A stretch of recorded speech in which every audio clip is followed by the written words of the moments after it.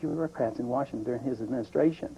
So the point is something has to give, and we have to decide whether we want to change things. We as libertarians want to change things. We want limited government. We don't want to go under the same program of saying, yes, we want limited government of the Reagan style, which expands government rapidly and uncontrollably. Well, this is what has to stop. But don't you recognize that Mr. Reagan has, under his leadership, certain things have been accomplished which 8 years ago would have been inconceivable. If anybody had told me 8 years ago we'd have a top tax of 25%, 28%, I'd say that's preposterous. That's a dreamland. But what did the revenues do? No, but it's also true that the entitlements, which require a dissolution of structural laws, you know this better than I do, having served, are instruments over which Reagan had no effective control. And it's just not fair to say something that was built in to grow at a rate of 7% per year is his responsibility for having created. When he was governor of California, he left California with a balanced budget, having inherited a $5 billion debt, $500 million debt. But there was no way in which he could prevent a growth at 10% per year, given immigration, among other factors, and laws that were on the books. Now, how could the Libertarian Party undo, say, something as first, I'd like to address this on Ronald Reagan.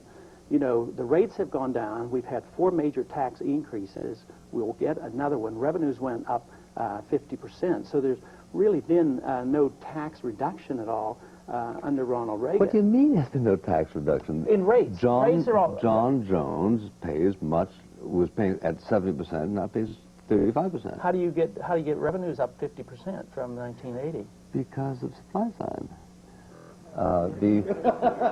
Supplying the money. The people keep supplying the money for the taxes. If you want the exact figures, the richest 5% of the United States is paying now 3% more of total income than it was in 8 years ago, notwithstanding that it's a reduction in rate. It's exactly what all of us have been preaching for years. Well, the bottom line is revenue. Friedman, Hayek, Mises, me. See, the revenue is the bottom line. Revenues are up, government's up, the size of his administration is up, and you say it's beyond his control, their entitlements, all this. I don't quite buy that. Well, he wants a constitutional amendment. Why didn't you people give it to him? I'm sure you voted for it. Why didn't the other? Oh. Why blame Reagan when Congress refuses to give him the amendment that he wants? I don't think they'd follow it anyway. They're not going to. If they don't follow the rules now, I mean, they're not going to follow it with another amendment. They ignore the Constitution so many other areas. They got to follow it. Graham Rudman, for all its insufficiency, is something they had to follow.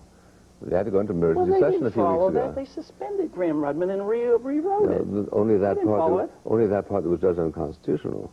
No, there was $35 billion that they had to reduce. They've redone all the figures on Graham Rudman. They haven't followed the original Graham Rudman, and they can suspend the Graham Rudman anytime they want. The original, of course they can. They can suspend anything they enact. But the fact is that they haven't repealed the law.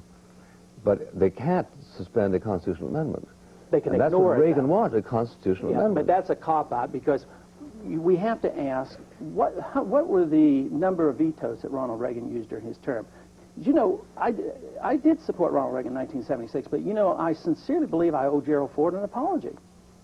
Because Gerald Ford vetoed more bills percentage-wise than Ronald Reagan ever did. So Ronald Reagan did not really follow through. Dr. Paul, listen.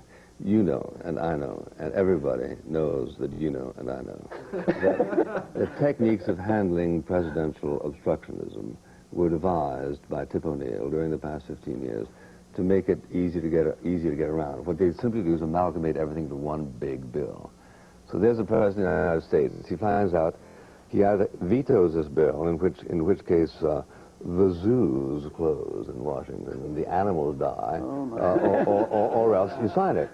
Now, he's also been asking for the item veto. When Ford was vetoing every other day of his life, he was getting bills for $50, $100, $200 million, $300 million. But that's not the kind of bills that they've been giving the President of the United States in the last congressional generation. They've been giving him two-time bills, $500 billion, Why, $400 billion, $200 billion. Why didn't he ever do a balanced budget? Don't you think that would have been a good idea for a conservative? I mean, we've believed this in for years, and that's why we were scoring. The entitlements are outside his... Why are they outside? Well, he could ask for a repeal of that which caused the entitlements. That's quite true. See, I think... I think correctly, he was elected president, above all, to, among other things, to restore our military resources, i.e. not to leave us as weak as we were in 1980. This he did. Now, the other was not done. There should be an allocation of responsibility. I agree with you in one of your statements. I was as disgusted as you were by his campaigning in 1986 about all the farm subsidies he'd been responsible for. That was an unhappy day of his life. But there are unhappy days in most politicians' What about lives. Social Security in '84 when they did not qualify to get the raise, and he raised them anyway? Terrible. You know, Terrible. I mean, Yeah. So that tells you about the sincerity of the effort. No. He was scared to death by David Stockman's enterprise in 1981 when he floated without due caution a suggested revision of Social Security, and it was voted against by 99-1 in the Senate. Yeah. Well, that's a way of saying no. But of course, for 4 years he had a Republican Senate, so we can't rely on that. You know, I think it's interesting you bring up the subject of the line item veto. Prior to having gone to Washington, I thought that was a very good idea. Now that I've been there and left, I've decided it's a very bad idea. Why? And the reason is because everything in Washington is political. Everything is leverage, and I believe it would be a political tool. So all we have to think about, even from a conservative viewpoint, is what happens when you get a Teddy Kennedy-type president in, and he uses the line item veto. That's one problem that the conservative will have. The bigger problem, though, is everything is political.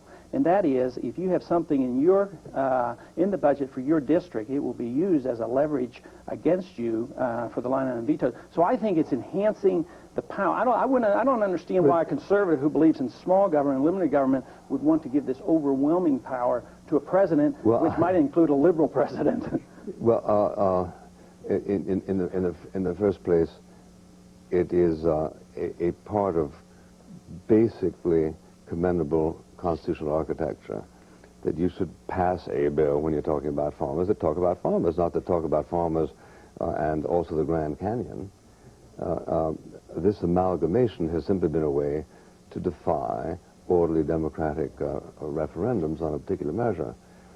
But if what you're saying is that that's the way politics necessarily is, I don't see how you can justify self-government. Well, this is why we want very limited government, because it is the nature of government. It's the nature of the human being who will always abuse power. So that's why we want very little power in government. I want limited government also. Right. I've been wanting limited government for a long time. But my point is that the line item veto at least bears the maneuverings of the special interest, so that you can stare him in the face. For instance, Kennedy's little maneuver a few weeks ago at the expense of Mr. Murdoch was, as we all know, hidden in a $650 billion bill.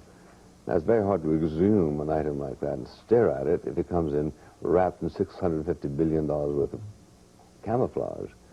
You don't approve of that, do you? Certainly not. Well, then you no, I think we need to do veto. all that. No, I don't want a line item veto, but I would think that a reasonable Congress, which we don't have, would be passing appropriation bills rather than the way they're doing with these continuing resolutions. I think that's atrocious. I think it shouldn't we reform that? But yes, but the only reform is philosophic, and it's not a technical or a tactical change. The philosophic change has to be of the nature of government. This is not an unusual consequence. This is the natural consequence of government that's run away in size, and we have no control over it. But this is the natural consequence of all governments and the nature of man. So therefore, what we need is a body of law, which is the Constitution, to limit strictly the power of the politician to spend and to interfere in the economy, to interfere in our personal lives, to decide who should run the world. Well, so why don't you, if I may make a arrogant suggestion, why don't you run on the Buckley Amendment? The Buckley Amendment, which I proposed in a book published 15 years ago, was that no state whose median income exceeds the national average should qualify for any welfare distribution from Washington. There's no point in taking money from New York, sending it to Washington, where it spends, as I put it, an expensive night out on the town, and sending it back to New York.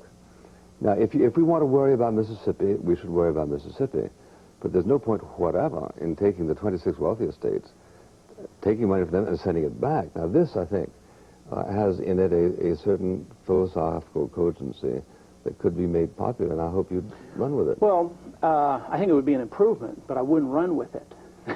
And the main reason is it's not the philosophic concept that I want to endorse, because it really does endorse the role of government in welfare redistribution. So I want to reject that. It recognizes it. Yeah, it recognizes that. So again, yours is a technical or a tactical approach to a philosophic problem. Well, so it's tax reduction. That's a technical approach, but it can make the difference between flourishing America and an America that's absolutely whose energies are suppressed. See, I don't start with tax reduction, because if you start with tax reduction and don't deal with the philosophy of government, the taxes are high because we have to raise taxes to support the government doing the things we should be doing.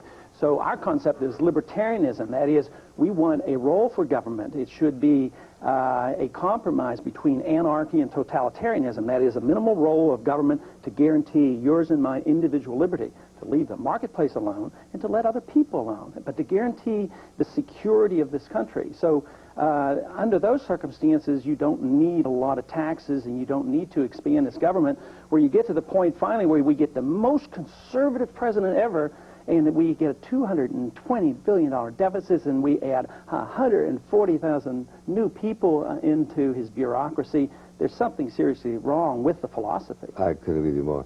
Let's submit to our examiner, Professor Vandenhage, as I've said, is the Olin Professor of Law and Public Policy at Fordham. He's the author of a great many books, most recently, The UN In or Out. He says out. He's a registered psychoanalyst, has taught law and sociology at the New School at New York University and elsewhere. Dr. Vandenhage. I have a number of questions, but I want to make it clear that I am as much in favor of liberty as you are, and of small and limited government, etc. Our differences are in the details, so let me start with one detail. You said you're very much opposed to covert activities of the CIA, etc. Why? Because it's not a constitutional function for us to be involved in the internal affairs of other countries, picking and choosing dictators.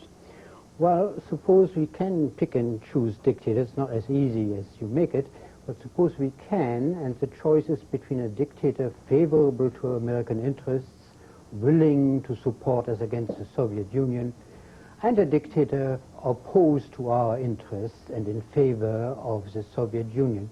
Don't you think it would be in the American interest to favor the first dictator? I think it's a contradiction to talk about a dictator who's a friend of America. America stands for freedom and individualism, and dictators aren't friends of freedom. So well, therefore, surely we agree that he's a dictator, but nonetheless, a dictator may find that in foreign policy it is in his interest to support our views and policies and not those of the Soviet Union. Surely you're aware of that.